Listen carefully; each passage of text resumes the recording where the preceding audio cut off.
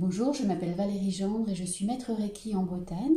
Aujourd'hui, je te propose une vidéo un peu particulière, en dehors du Reiki, une vidéo tirage de cartes. Nous sommes le 27 décembre 2021 et j'ai envie de tirer les cartes pour moi, pour savoir ce que l'année 2022 me réserve.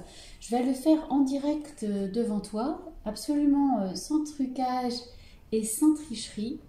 Pour tirer ces cartes pour l'année 2022, j'aime bien utiliser l'oracle Tao. L'oracle Tao, en fait, c'est un oracle qui, à la différence de nombreux autres oracles, n'a pas que des cartes immédiatement positives ou agréables. Il peut y avoir dans cet oracle des cartes assez difficiles. Alors, je ne sais pas, voilà, là par exemple, on a la carte de l'excès. Stress, surcharge, épuisement, obsession, gloutonnerie, fardeau, inquiétude, point de rupture. Ça, ce n'est pas une carte forcément très agréable à tirer, mais l'intérêt justement dans ce jeu, c'est que comme il n'y a pas que des cartes favorables et que des cartes positives immédiatement, eh bien c'est un jeu auquel j'accorde beaucoup d'attention, d'intérêt et d'importance. Parce que, en fait, ce que nous dit ce jeu du Tao, c'est que nous, êtres humains, nous sommes des microcosmos, des cosmos en petit. Et tout comme l'univers va être amené à traverser 64 états différents, eh bien nous, en tant qu'êtres humains, nous sommes aussi appelés à traverser ces 64 états différents. Et c'est la raison pour laquelle nous n'avons pas que des cartes forcément faciles dans nos vies, parce que chaque instant de notre vie n'est pas un instant de plaisir. Là, par exemple, je te montre la carte 12, la stagnation, qui nous dit aliénation, impasse, stagnation, résistance, immobilisation, manque de sensibilité, méfiance. Et l'intérêt donc de tirer ces cartes, c'est que elles vont me donner une tendance pour chaque mois de l'année. Je vais me tirer une première carte qui sera la carte de la tendance de l'année. Et ensuite, je vais tirer 12 cartes, une carte pour chaque mois de l'année. Et chaque carte va me donner la tendance du mois concerné. Je l'ai fait l'année dernière et vraiment, les résultats étaient exceptionnels. Je ne peux pas dire que chaque mois était exactement ce que les cartes m'avaient dit, mais en tout cas, la tendance globale de l'année, c'était bien ça, et les derniers mois de l'année, c'était tout à fait ça. Donc, eh bien, forte de ce que j'ai fait l'année dernière, je recommence ce tirage cette année, parce que c'est vraiment un jeu, un oracle qui a, comme je te le disais, toute ma confiance. Alors, je commence toujours par mélanger les cartes. Ce sont des cartes un peu grandes. Alors, elles ne sont pas forcément très faciles à mélanger. Donc, je les mélange.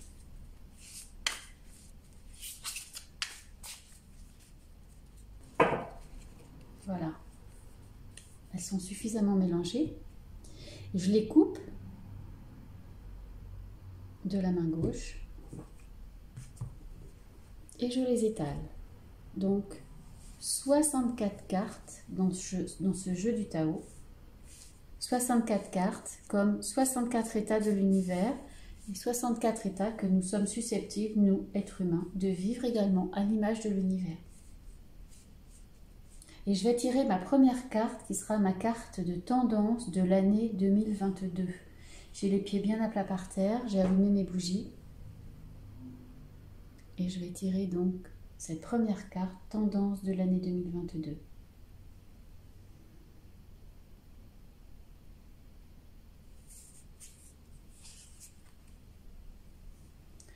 Alors, mordre à travers la carte 21, accomplissement d'actions décisives, rétablissement de l'ordre, usage sensé de la force, justice, dévouement tenace à la tâche.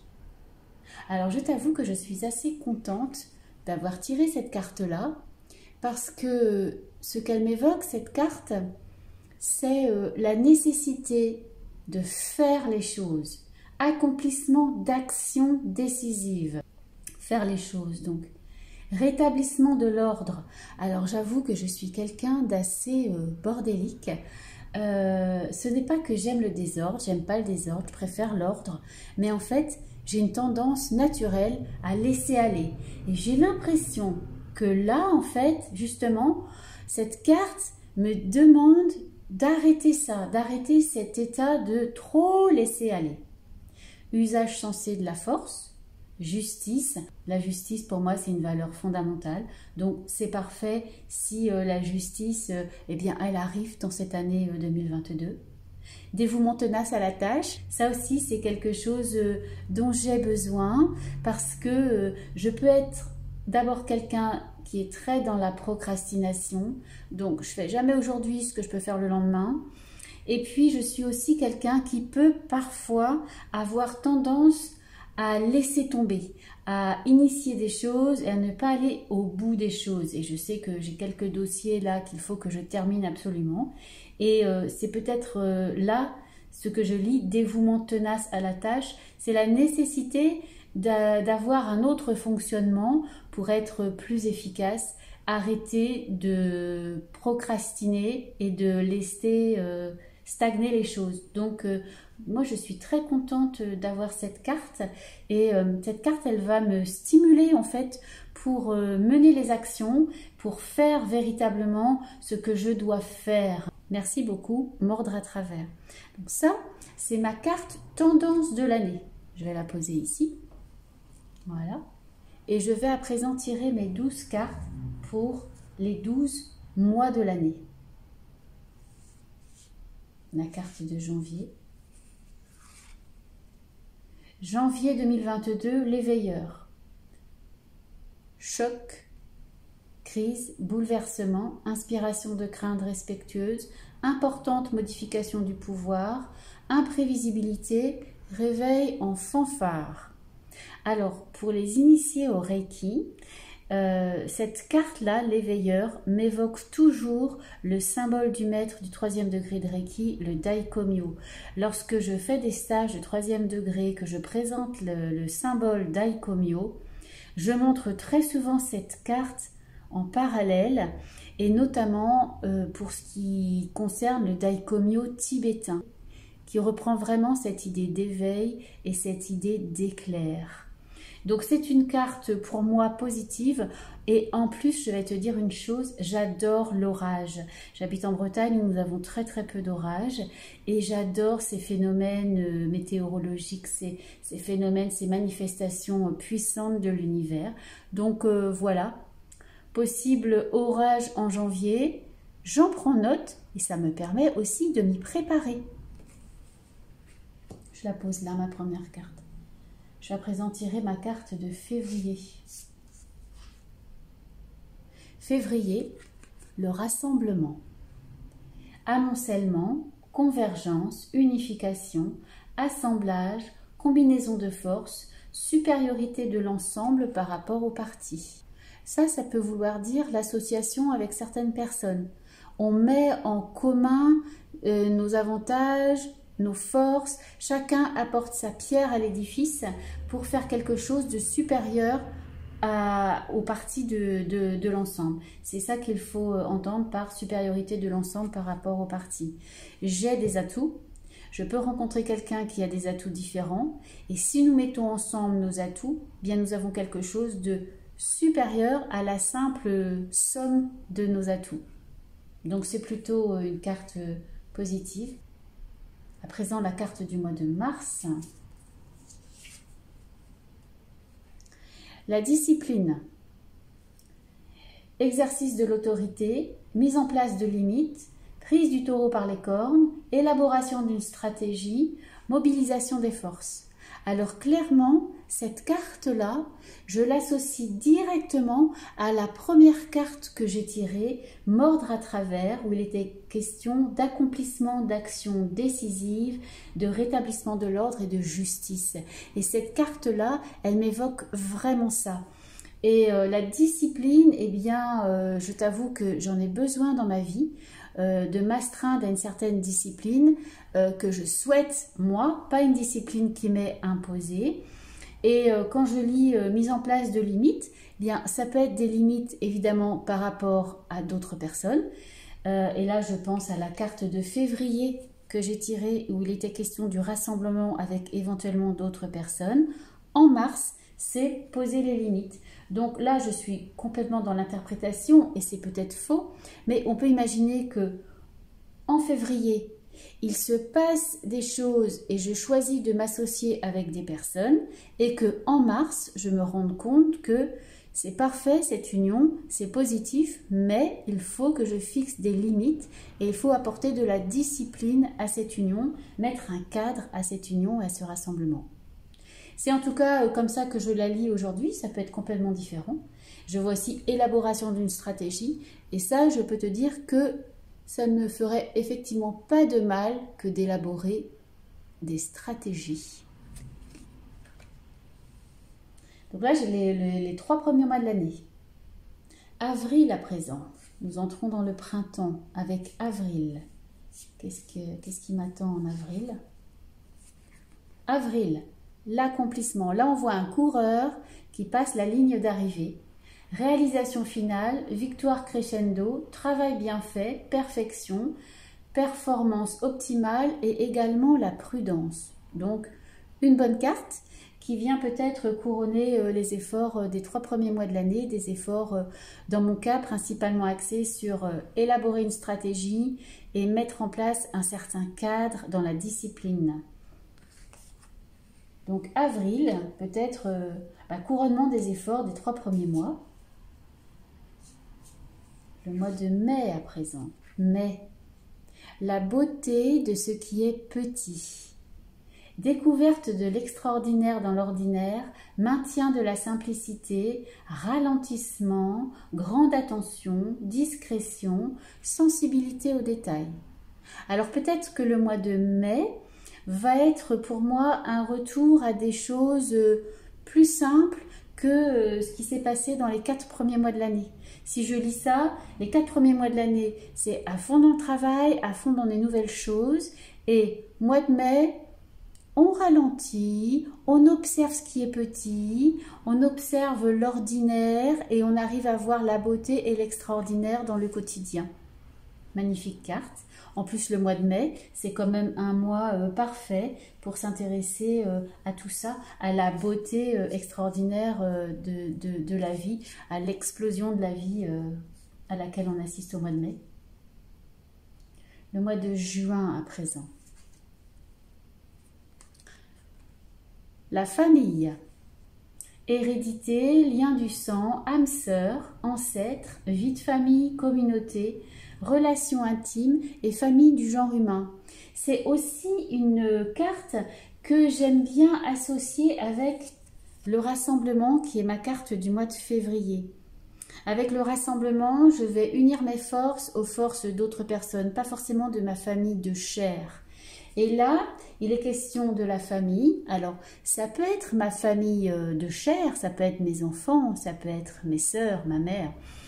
Ça peut être ces personnages-là, mais ça peut être également ma famille de cœur, ça peut être mes âmes sœurs, ça peut être des personnes que j'ai choisies, des amis qui me sont chers et qui font partie de ma vie et qui apportent dans ma vie une dimension familiale, mais de cœur à cœur et d'âme à âme. Donc c'est une très belle carte.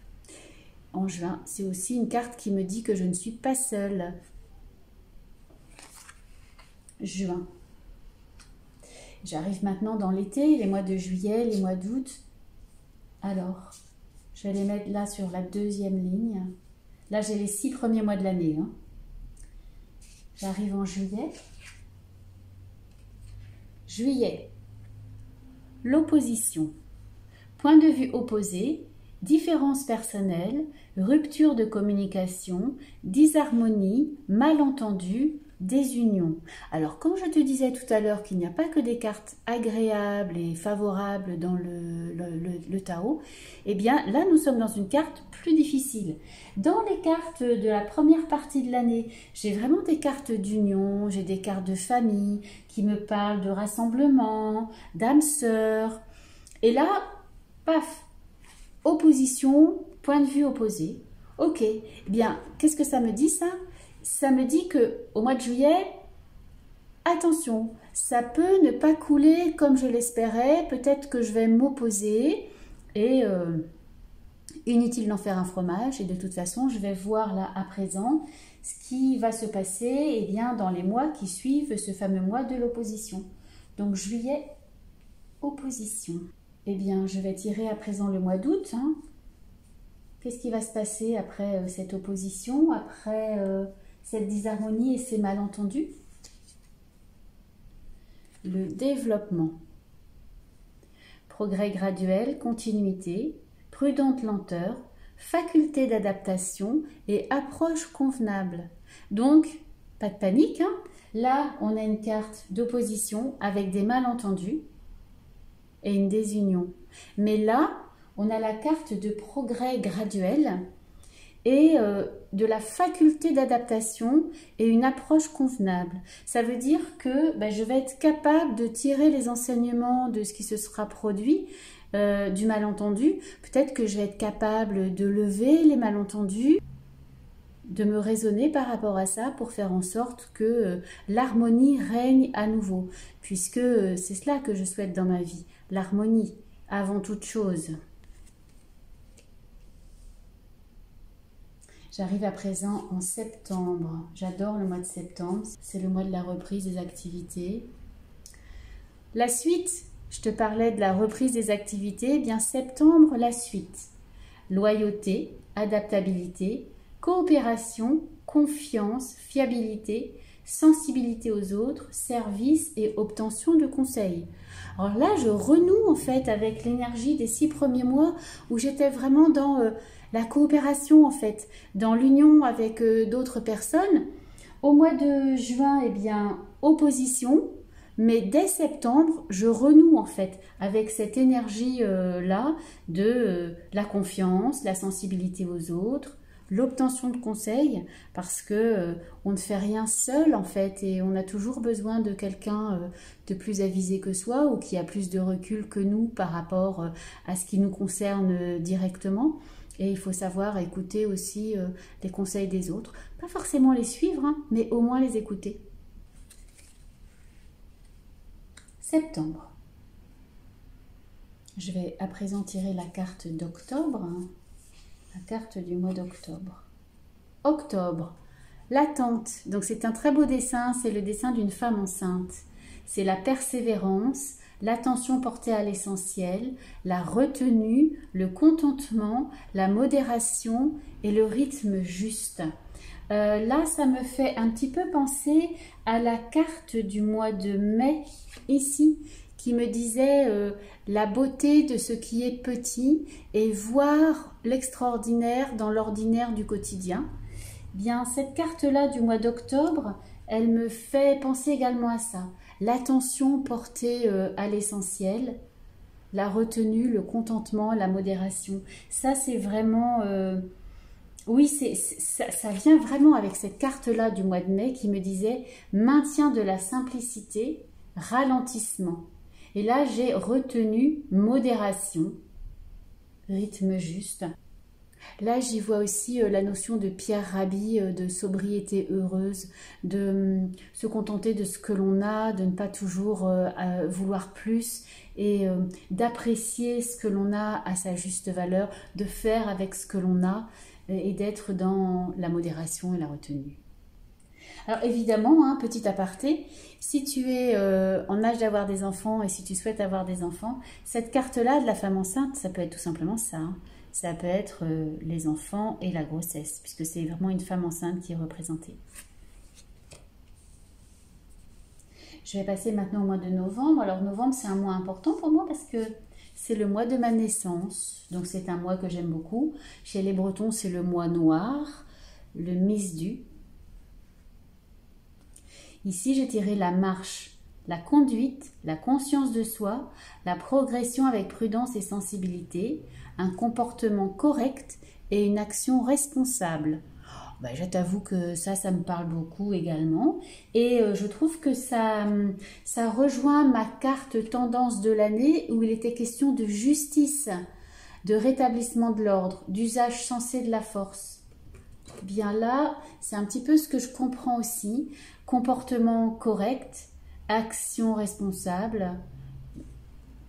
Le dessin représente quelqu'un qui marche sur un fil, un funambule, et quand tu marches sur un fil, eh bien, tu sais très bien que tu dois marcher avec la plus grande prudence. Donc il y a cette notion-là hein, dans cette carte de la marche, d'agir avec prudence, en faisant attention à ce qui se passe autour et en étant pleinement conscient de tout ce qui se passe autour. Et enfin, la dernière carte, la carte de décembre, l'accroissement, le partage, les récompenses, le débordement, l'expansion, l'épanouissement, l'encouragement, un terrain fertile et l'abondance. Alors là, je tire une prairie fleurie, alors que c'est la carte du mois de décembre, le mois que les Bretons appellent le mois très noir, Kersu. Le mois dans lequel on a peu de chances d'aller cueillir des fleurs dans la prairie, c'est pourtant ce que je récolte moi en décembre, comme le fruit bien des efforts que j'aurais fournis tout le long de l'année.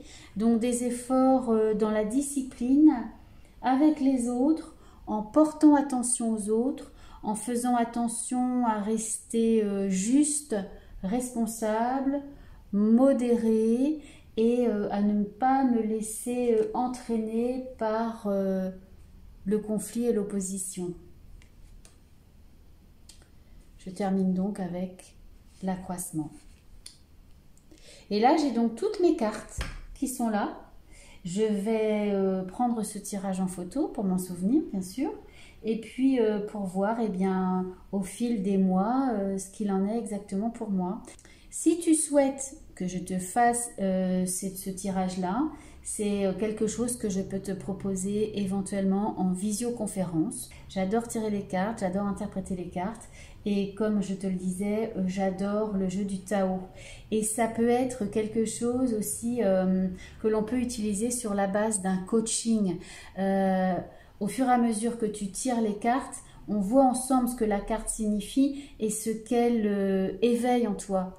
Là, cette lecture que j'ai eue de ces 12 cartes, c'est bien entendu fonction de ma vie. Toi, tu tires les mêmes cartes que moi, tu n'as pas forcément la même lecture, ou en tout cas, tu ne vas pas associer telle carte avec tel domaine de ta vie, comme j'ai pu le faire pour mon cas. En fait, ces cartes-là, elles s'adaptent à ta vie, à ce que tu traverses et chaque interprétation est donc très différente. Et je te propose donc de te faire ça, soit en présence, soit à distance, en visioconférence, ça s'y prête parfaitement. Donc si tu es intéressé, eh bien tu peux me laisser un message via mon site internet terre-reiki.fr à la rubrique contact. Si tu as aimé cette vidéo, n'hésite pas à mettre un pouce bleu, n'hésite pas à t'abonner et je te dis à bientôt pour de nouvelles vidéos, cette fois-ci qui seront plus axées Reiki. Namasté.